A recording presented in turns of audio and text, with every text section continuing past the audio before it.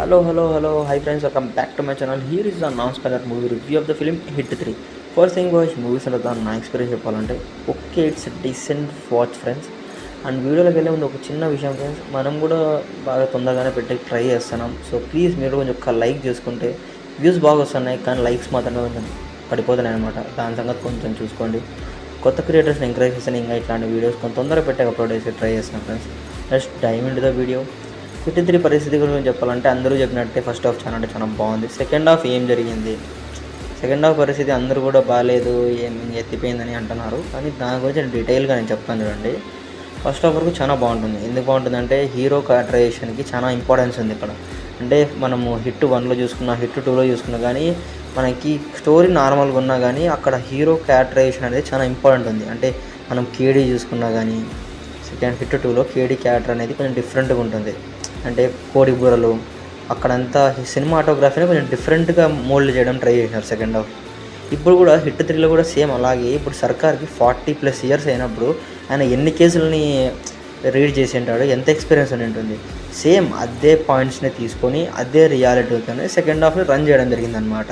అంటే మనకు అనిపిస్తుంది అంటే ఎందుకబ్బా ఇన్వెస్టిగేషన్ ఇంత తొందరగా వెళ్ళిపోతుంది, అంటే ఇది ఎలా కనుక్కున్నారు అనేది కొన్ని పాయింట్స్కి అసలు ఉండవు అనమాట. కొంచెం లాజికల్గా థింక్ చేస్తే తప్ప అది మనకు అర్థం కాదు. దానికోసమే శైలేష్ గారు చాలా అంటే చాలా బాగా రాసుకోవడం జరిగింది.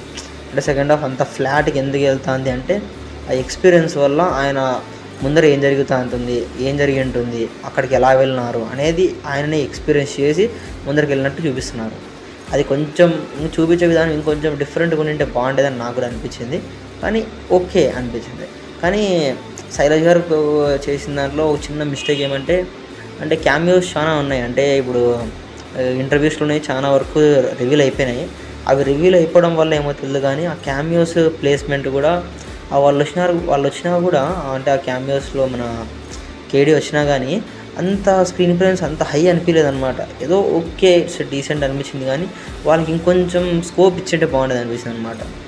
ఓకే కమింగ్ యాక్టర్ పర్ఫార్మెన్స్ చేసి ఇంకా నాని గారి గురించి ఏమైనా చెప్పగలమా? అబ్బా సర్కార్ క్యారెక్టరేషన్లో అయితే ఇమిడిపోయినారనిపించింది నిజంగా. లాస్ట్ 20 minutes అయితే బూజమ్స్ అయితే పక్కా. ఫైట్ సీన్స్ ఘోరంగా ఉన్నాయి. లాస్ట్ అయితే చాలా హై ఉంది. ఖచ్చితంగా అందరూ ఎంజాయ్ చేస్తారు అదైతే. ఇంకా మన హీరోయిన్ గురించి చెప్పాలంటే ఓకే, ఆమె వరకు లవ్ స్టోరీ మోల్డ్ చేయడం జరిగింది. It's good. ఆమె కూడా పోలీసే, అది కూడా మీకు సినిమా చూసినా తెలిసి ఉంటుంది. ఇంకా కేడీ ఇంకా సపోర్టింగ్ క్యారెక్టర్స్ అందరూ కూడా ఓకే. కానీ సెకండ్ హాఫ్లో ఏదైతే హీరో పక్కన సపోర్టింగ్ క్యారెక్టర్స్ ఉన్నాయో అవి కొంచెం డల్గా ఉన్నాయన్నమాట, అంత హై అనిపించలేదు.